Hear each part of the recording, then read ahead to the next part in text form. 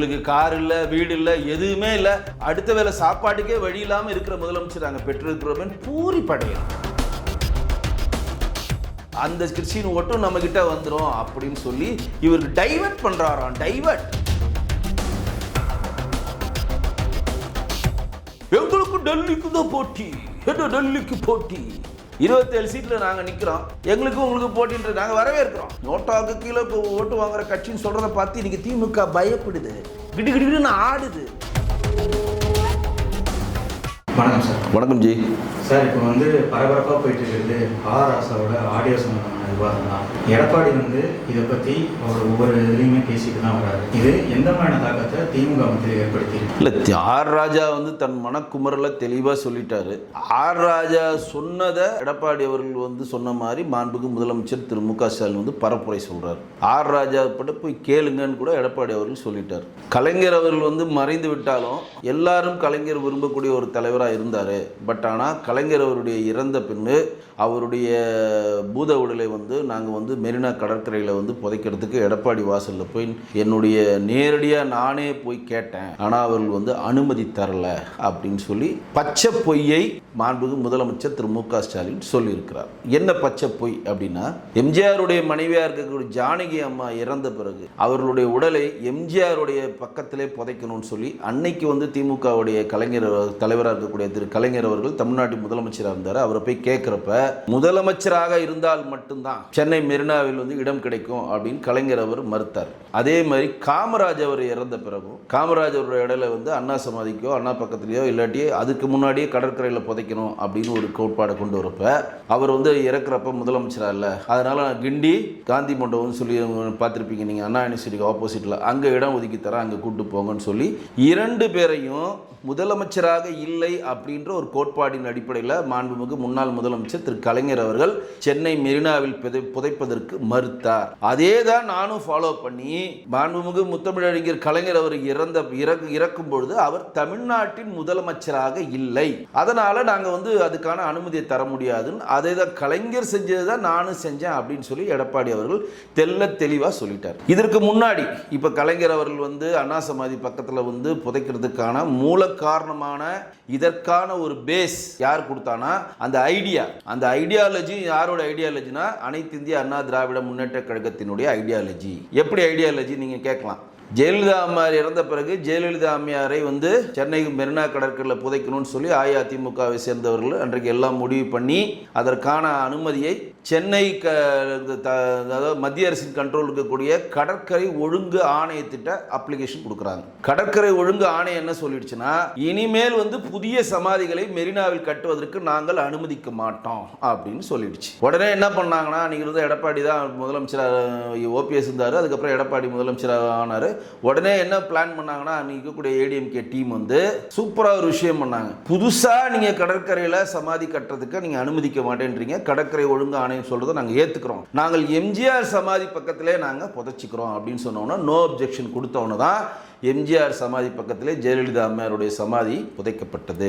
இது எதுக்கு இங்க குறிப்பிட்டு சொல்ல விரும்புகிறேன்னா, இந்த விஷயத்தை தான் திமுகவும் ஃபாலோ பண்ணி அண்ணாதுரை சமாதி பக்கத்துல நாங்கள் கலைஞர் அவர்களை புதைச்சிக்கிறோம்னு சொல்லி நீதிமன்றத்தில் போய் நிற்கிறாங்க. நீதிமன்றம் சொல்றாங்க, இல்லைங்க கடற்கரை ஒழுங்கு ஆணையத்தில் புதுசாலாம் இங்க புதைக்க முடியாதுன்னு சொல்லி ஏற்கனவே தடை போட்டிருக்காங்க, எங்களால் அனுமதி தர முடியாதுன்னு சொல்றப்பதான் ஏடிஎம்கே ஃபாலோ பண்ண அதே ஃபார்முலாவை ஃபாலோ பண்ணி டிஎம்கே போய் கேட்டவன நீதிமன்றம் அனுமதி கொடுத்தது. அதாவது எப்படி எம்ஜிஆர் சமாதி பக்கத்தில் ஜெயலலிதா சமாதி பண்றதுக்கு அப்ஜெக்ஷன்ஸ் இல்லையோ, அதே மாதிரி அண்ணா சமாதி பக்கத்தில் கலைஞருடைய சமாதி பண்றதுக்கு அப்ஜெக்ஷன் இல்லைன்ட்டு கடற்கரை ஒழுங்கு ஆணையம் நோ அப்ஜெக்ஷன் கொடுத்ததுனால தான் நீதிமன்றம் அனுமதி பெற்று அந்த கலைஞருடைய பூத உடல் அடக்கம் செய்யப்பட்டது.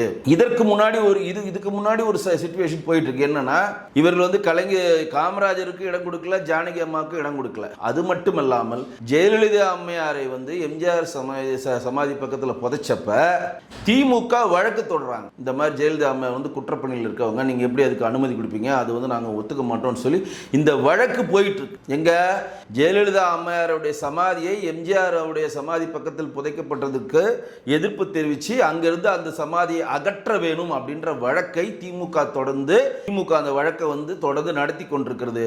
கலைஞர் இறந்த அன்று இரவோடு இரவாக திமுகவை சேர்ந்த வழக்கறிஞர்கள் சென்று அந்த ஜெயலலிதா அம்மையாருடைய புதைப்புக்கு எதிராக தொடுக்கப்பட்ட வழக்கை வாபஸ் வாங்குறாங்க. இதெல்லாம் மக்களுக்கு சொல்லணும், நம்ம மக்கள்கிட்ட போய் தெரியப்படுத்தணும். அதுவரையும் ஜெயலலிதா அம்மையாருடைய சமாதியை அகற்றணும் வழக்கு தொடுத்தவங்க இரவோடு இரவாக, கலைஞர் இறந்திருக்கிற இரவோடு இரவாக நேரடியாக நீதிமன்றம் சென்று இந்த வழக்கை நாங்கள் வாபஸ் வாங்கிக்கிறோம், இன்னைக்கு உடனே இந்த கடத்தை நாங்கள் இந்த ரிட்டை நாங்கள் திருப்பி எடுத்துக்கிறோம், இந்த மனுவை நாங்கள் வாபஸ் வாங்கிக்கிறோம்னு சொல்லி வாபஸ் வாங்கிட்டு கிளியர் ஆக்குறாங்க. ஏன் வாபஸ் வாங்கினாங்கன்னா, இந்த வழக்கு நடந்தா கலைஞருடைய சமாதி புதைப்பதற்கு அதை மேற்கோள் காட்டி ஒரு அப்ஜெக்ஷன் வரும் அப்படின்றதுனால இரவோடு இரவாக தன் தந்தையாருக்காக அந்த வழக்கை மாண்புமிகு முதலமைச்சர் அவர் தன்னுடைய திமுகவுடைய வழக்கங்களை வைத்து வாபஸ் பெற வைத்தார் அப்படின்றத இந்த செய்தி இங்கே நிறைய பேருக்கு தெரியாது. சரி, இப்போ என்ன பண்ணுறாங்க, நீதிமன்றம் போயிட்டு வில்சன் அவர்கள் தான் இதுக்கான நீதிமன்றம் போய் நைட்டாக ஆணையை பெறுறார். அது எப்படி பெற்றாங்கன்னு எங்களுக்கு தெரியாது,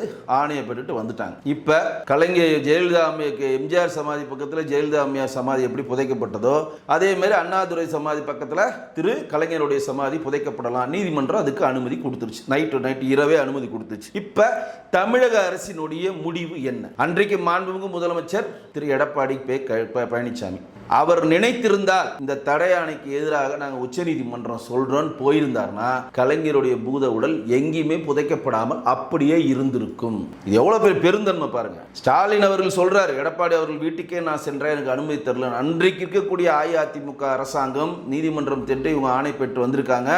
ஏற்கனவே ஜெயலலிதா அம்மாவுக்கு உங்க வழக்கு தோட்டத்தை வாபஸ் பெற்றாங்க. அதனால இமிடியேட்டா இது நாங்கள் இது ஏற்றுக்க மாட்டோம், இது நாங்கள் உச்சநீதிமன்றம் மேல்முறையீடு போகிறோம். ஏன்னா எந்த ஒரு தீர்ப்பு கொடுத்தாலும் அதுக்கு மேல்முறையீடு போகிறதுக்கான டைமிங் கொடுப்பாங்க.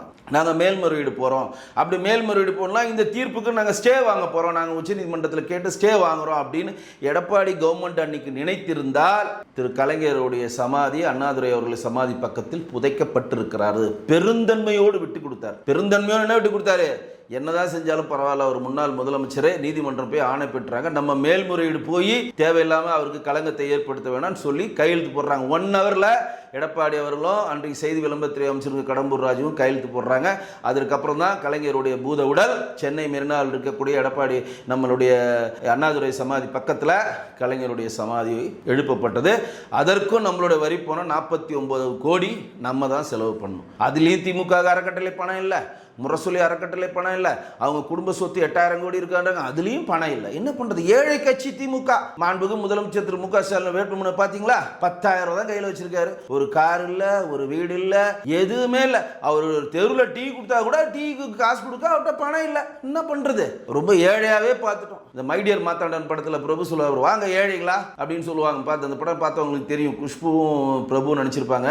அதுல கவுண்டமணி ரொம்ப நக்கலா சொல்லுவார், இவ்வளவு பணத்தை கையில வச்சிருப்பாரு பிரபு, 2 கட்டு கொடுக்கணும், டக்கு டக்குன்னு கட்டு தூக்கி போடுவான். ஆனா இவர் எப்படி கூடுவாரு? வாங்க ஏழைகளா அப்படின்னு. அந்த மாதிரி நம்ம மாண்புமிகு முதலமைச்சர் நம்ம எப்படி கூப்பிட்டு விட்டுருக்கு? எவ்வளோ பெரிய ஏழை நீங்க, 10,000 தான் வச்சிருக்கீங்க, உங்களுக்கு கார் இல்ல, வீடு இல்ல, எதுவுமே இல்ல, அடுத்த வேளை சாப்பாட்டுக்கே வழி இல்லாம இருக்கிற முதலமைச்சர் நாங்கள் பெற்றிருக்கிறோம் பூரி படையணும். ஏன் இதை இங்க குறிப்பிட்டு சொல்ல விரும்புறேன்னா, 49 கோடி அதுவும் எங்க வரி பணம் தான் வேணுமா? தமிழ்நாட்டில் உங்களை நீங்க ஜெயிக்கணும்னு உங்களுக்கு வாக்களித்தவர் எத்தனை பர்சன்டேஜ்? 42%. ஜெயிக்க கூடாது, நீங்கள் வேணான்னு வாக்களித்தவர் எத்தனை பேர்? 58%. 58% உணர்வு பெருசா, 42% உணர்வுகள் பெருசா? சரி, அப்படியே அனுமதி வாங்கிட்டாரு எடப்பாடி அவர்கள், விட்டு கொடுத்துட்டாரு போ அப்படின்னு சொல்லி கொடுத்துட்டாரு. அப்ப கூட நாங்க இந்த இடத்துல எங்களுடைய சொந்த செலவுல எங்களுடைய திமுக அறக்கட்டளையோ கலைஞருடைய சொத்தை வித்தோ தெல்லடி முரசொலி அறக்கட்டளை வித்தோ இல்லை எங்களுடைய நாங்கள் குடும்பம் சார்ந்திருக்க அறக்கட்டளை வைத்து எங்கள் சொந்த செலவில் நாங்கள் மிகப்பெரிய ஒரு நினைவு மண்டபம் கட்ட போறோம்னு சொன்னா வரவேற்போம். அதுவும் எங்க பணம் தான் கொடுக்கும். ஊரா முட்டு நெய்ய என் பொண்டாட்டி கையேன் என் வீட்டு பணத்தை எடுத்துட்டு போய் இவங்க சமாதி கட்டிட்டு கலைஞருடைய புகழை பாருங்கள், கலைஞர் பண்ண சாதனையை பாருங்கள், அதுக்கும் நான் தான் தண்டா அழுகணும். என்ன பண்றது? நம்ம தலையெழுத்து அப்படி இருக்கு. நல்ல வேலை அந்த பேனாக்கு ஸ்டே வாங்கிட்டு மிகப்பெரிய எதிர்ப்பு கிளம்பிக்கிட்டே இருக்குல்ல, கடலை பொழந்து நடுவில் தூக்கி ஒரு பேனா வைக்கிறேன்னு நானுங்க 81 கோடி. அதனால அது என்னைக்கு நடக்குமோ அது தெரியாது. அதற்கான வேலைகளை பூர்வாங்க வேலையில அடுத்த ஆட்சியில் பண்ணுவாங்களான்னு தெரியாது.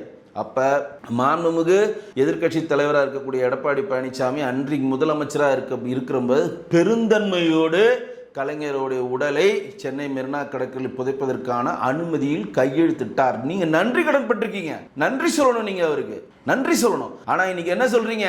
நான் வீட்டில் போய் கதறி அழுதேன், துரோகம் பண்ணிவிட்டார், எனக்கு அவர் அனுமதி தரல அப்படின்னு சொல்லி பொய்யுரைகளை உரைக்கிறீர்கள். பொய்யா சொல்றீங்க. எதுக்கு இந்த மாதிரி பொய் சொல்றீங்க? ராஜாவோட கதைக்கு வருவோம். ராஜா அவர்கள் வந்து 2G ஸ்பெக்ட்ரம் வழக்கில் கைது செய்யப்பட்டு கனிமொழி அவர்களும் ராஜா அவர்களும் டெல்லியில் இருக்கக்கூடிய திகார் ஜெயிலில் இருக்கிறப்ப அவரை பார்க்க சென்றவர்களுக்கு முன்னாடி அவர் ஒரு ஃபோன் கால் பண்ண ஆடியோ வெளியாயிட்டு இருக்கு. அது உண்மையா பொய்யான்னு தெரியாது. இன்னைக்கு ராஜா அவர்கள் அது உண்மை இல்லை, நான் டிஃபர்மேஷன் கேஸ் போடுவேன், அது ஏஐல பண்ணியிருக்காங்கன்னு என்னென்னமோ கதை சொல்றார். அது எந்த அளவு உண்மைன்னு தெரியல. ஆனால் அதில் என்ன சொல்றாரு அவரு? என்னை பார்க்க யாருமே வரல, மாண்புமிகு முதலமைச்சருக்கு ஒன்றுமே தெரியல, இங்கிலீஷ் அவருக்கு பேச வராது, அடுத்த முறை நாங்கள் ஒரு டீமை செட் பண்ணி ஒட்டுமொத்தமாக எங்கள் கண்ட்ரோல் கொண்டு வந்துடும் என்னென்னமோ சொல்கிறாரு.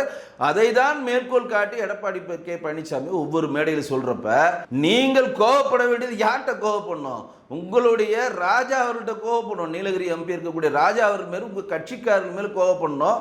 அதை நாங்கள் கோவப்படாமல் எடப்பாடி மேலே வந்து ஊரில் போகிற மாதிரி ஆத்தா, என் மேலே வந்து ஏறாத்தான்னு சொல்லிட்டு எதுக்கு அவர் மேலே கோவப்படுறீங்க? அவர் மேற்கோள் காட்டுறாரு. தமிழ்நாட்டில் ராஜா அவர்கள் பேசிய ஆடியோ வந்துதா இல்லையா? வந்தது. எல்லாரும் கேட்டோமா இல்லையா? கேட்டோம். இந்த மாதிரி ராஜா பேசியிருக்காரு. உண்மை இருக்கா, உண்மைத்தன்மையா, உண்மை இல்லாத தன்மையான்னு சர்ச்சைக்குள்ளே போக நம்ம விரும்பல. வந்துச்சா இல்லையா? முடிஞ்சிருச்சு. வந்துச்சு. இப்படி பேசியிருக்காரு, இந்த மாதிரி பேசியிருக்காரு உங்க ராஜா அவர்கள். நீங்கள் என்னன்னு போய் பாருங்க.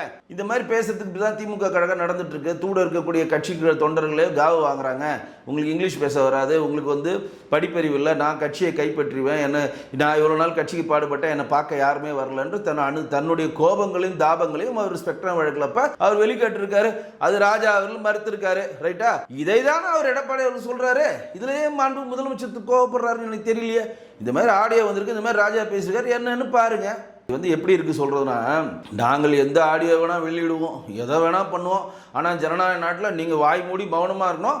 ஆனால் எங்களை வந்து நீங்கள் விமர்சனம் பண்ணிக்கிட்டே இருப்பீங்க. உங்களை நாங்கள் விமர்சனமே பண்ணக்கூடாது. உங்களுக்கு விமர்சனம் பண்ணால் உங்களுக்கு கோவம் வரும்னா இது என்ன கதை? என்ன இங்கே பிறந்திருக்கவங்களாம் ஏசுனாதரா? நீங்கள் ஒரு கணத்தை அடித்தா மறு கணத்தை காட்டுவாங்களா? ஒரு கணத்தை அடித்தா அடுத்த கணத்தை அவங்க அறைவாங்க. இதான் மனித இயல்பு.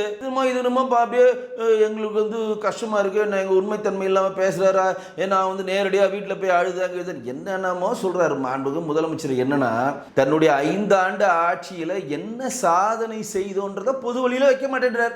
எனக்கும் டெல்லிக்கும் தான் போட்டி, எங்களுக்கும் டெல்லிக்கும் தான் போட்டி. இந்த ஒருத்தர் புதுசா திரிகிறான் பாருங்க, தாவேகா தலைவர் விஜய், அவர் சொல்லுவார் ஆகுனா ஒன்று போட்டி திமுக தாவேகா அப்படின்னு. அவர் ஒரு காமெடி பீஸ். இப்ப இவர் வேற மாதிரி. இவர் போட்டி திமுக டெல்லி. ஏன் அப்படின்னா சிறுபான்மையர் ஓட்டு வேணும். நம்ம டெல்லிக்கு போட்டின்னு பாரதிய ஜனதா கட்சியை தொட்டுக்கிட்டே இருந்தா சிறுபான்மையர் வந்து அஇஅதிமுக சிறுபான்மையர் யாருன்னா போடுவானா, அது போடாம டைவர்ட் பண்ணிடுவான். நம்ம டெல்லிக்கு போட்டின்னு சொல்லிக்கிட்டே இருந்தா ஆஹா சிறுபான்மையர் காக்க வந்த தலைவரே திமுக தான் அப்படின்னு சொல்லி தாவே காக்கக்கூடிய ஜோசப் விஜய்க்கு போடுறது கிறிஸ்டின் ஓட்டு, சர்ச் ஆஃப் சவுத் இந்தியான்னு சொல்லுகிற அந்த கிறிஸ்டின் ஓட்டும் நம்ம கிட்ட வந்துடும் அப்படின்னு சொல்லி இவருக்கு டைவர்ட் பண்றாராம். டைவர்ட் யாரு? மாண்புமிகு முதலமைச்சர் எடப்பாடி அவர்கள் தெளிவாக சொல்றாரு. இங்க போட்டி யாருக்கு? சட்டசபை எலெக்ஷன் நடக்குது. 169 சீட்டில் அஇஅதிமுக நிற்குது, 170 சீட்டில் திமுக நிற்குது. சமமா ஆட்களை நிப்பாட்டுறாங்க. யார் யாருக்கு போட்டிங்க? ஏடிஎம்கேக்கும் டிஎம்கேக்கும் தான். இங்க தேசிய ஜனநாயக கூட்டணிக்கு தலைமை தாங்குவது மாண்புமிகு எதிர்க்கட்சி தலைவர் எடப்பாடி பழனிசாமி. நம்ம தெளிவாக சொல்லிட்டோம். இங்க முதலமைச்சர் வேட்பாளரும் அவரும் தெளிவாக சொல்லிட்டோம். அவர் முதலமைச்சர் வேட்பாளராக வரதுக்கான எல்லா வேலைகளும் நாங்கள் பார்ப்போம். தெளிவா எல்லாமே முடிஞ்சிருச்சு. எங்களுக்கும் டெல்லிக்கு தான் போட்டி, டெல்லிக்கு போட்டி. 27 சீட்ல நாங்க நிக்கிறோம். எங்களுக்கு உங்களுக்கு போட்டின்ற நாங்க வரவேற்கிறோம். நோட்டாவுக்கு கீழே ஓட்டு வாங்குற கட்சின்னு சொல்றதை பார்த்து இன்னைக்கு திமுக பயப்படுது, கிடுகிடுன்னு ஆடுது. டெல்லிக்கு போட்டினா என்ன அர்த்தம்? அப்புறம் ஆடுதுன்னு அர்த்தம். 27 இடத்துக்குன்னு சொன்னதுக்கே திமுக ஆடுதுன்னா நாங்க 234 தொகுதியில்னா படுத்தே விட்டானா நம்ம வைக்க மாதிரி ஆயிடும் போல இருக்கு. அப்படித்தானே இருக்குது. என்ன பேசிஸ்ல நீங்க சொல்றீங்க? சிறுபான்மையர் ஓட்டு வேணும்ன்றது உண்மை. ஆனா அதற்காக தீபத்தூண்ல தீபம் ஏத்துங்க அப்படின்னு கோர்ட் ஆர்டர் பண்றதுக்கு உடனே அந்த ஆர்டரை இம்ப்ளிமெண்ட் பண்ண மாட்டேன்னு 144 போட்டு இந்துக்கள் விரோதத்தை சந்திச்சு அங்கே இருக்கக்கூடிய இஸ்லாமிய சகோதரர்கள் அமைதி பேச்சுவார்த்தையில் 2 முறையும் தீபத்தூணில் தீபம் ஏற்றுறதுல எங்களுக்கு எந்த பிரச்சனையும் இல்லை, தர்கா விட்டு அதுவும் 50 மீட்டர் தள்ளி தான் நிற்குது. தெளிவாக சொன்ன பிறகும் நாங்கள் தீபம் ஏற்ற மாட்டோம். நீங்கள் அதாவது இஸ்லாமிய சகோதரர்கள் சொன்னாலும் ஏற்ற மாட்டோம், ஏன்னா நாங்கள் சிறுபான்மைக்கு ஆதரவானவர்கள் சொல்லி ஒரு சப்பை கட்டுறீங்க. இதற்கான எதிரான எல்லா விஷயங்களும் வருகிற தேர்தலில் ஒட்டுமொத்த மக்களும் திமுகவுக்கு எதிராக வாக்களித்து தேசிய ஜனநாயக கூட்டணியில் இருக்கின்ற அனைத்து வேறுபாடுகளுக்கும் தாமரை சின்னத்திலும் இரட்டை இலை சின்னத்திலும் ஓட்டை போட்டு வெற்றி பெற செய்ய வேண்டும். இங்க இருக்கக்கூடிய அராஜக ஆட்சி அகற்ற வேண்டும். இங்க இருக்கக்கூடிய ஊழல் ஒழிக்கப்பட வேண்டும். இங்க இருக்கக்கூடிய ஒரு சாதாரண மக்களிடம் கொண்டு போய் நான் 1000 ரூபாய் கொடுக்குறேன் 2000 ரூபாய் கொடுக்குறேன்னு கடனா வாங்கி வாங்கி நம்ம ஏமாற்றுகிற இந்த ஏமாற்று வித்தைக்காரர்கள் நாட்டை விட்டு விரட்டப்படணும். தயவுசெய்து மக்கள் இங்கே புரிஞ்சு வாக்களிக்கணும் அப்படின்னு கேட்டுக்கிறேன். ஏன் அப்படின்னா ஊழலில் சிரிச்சு இப்போ எடப்பாடி அவர்கள் மட்டும் ஃப்ரிட்ஜு கொடுக்குறேன்னாரு 10,000 கொடுக்கும். எப்படின்னா என்ன வருமானம் வருதோ அந்த வருமானத்தை அப்படியே செலவு பண்ண கடன் வாங்க வேண்டிய தேவையில்லை. பட்ஜெட் அதிகப்படுத்துங்க. வரியை கொடுத்தா வருமானம் நம்மளுடைய வருவாயை தொழிற்சாலை மூலம் நம்ம வருமானத்தை பெருக்கினால் அந்த வருமானத்தில் ஈட்டி உபரி நிதியை வைத்து அப்படியே நீங்கள் மக்கள் நலத்திட்டப்பணிக்கு நீங்கள் செலவு பண்ணீங்கன்னா நீங்கள் கடன் வாங்க வேண்டிய தேவையில்லை. நீங்கள் தான் உள்ளே வந்தவனே கலெக்ஷன் உள்ளே வருதுல, டெண்டர்னு போட்டவனே கட்சி வளர்ச்சி நிதி தேர்தல் ஃபண்ட்ஸ் தனியாக ஒரு 10% எடுக்கிறீங்களா இல்லையா? CCCல தான் நீங்கள் ஒர்க் ஆகுது உங்களுடைய ஆட்சி. கலெக்ஷன் ஆகட்டும், கரப்ஷன் ஆகட்டும். இது எதுக்கு இங்கே சொல்ல விரும்புகிறேன்னா, இங்கே இருக்கக்கூடிய மக்கள் இந்த தேர்தலில் தெளிவடைந்து வருகிற இதில் இவங்க எப்படிலாம் நம்மளை ஏமாத்தாங்கன்றதை தெளிவாக புரிந்து கொண்டு வாக்களிக்கணும்னு கேட்டுக்கிறேன். நன்றி, வணக்கம்.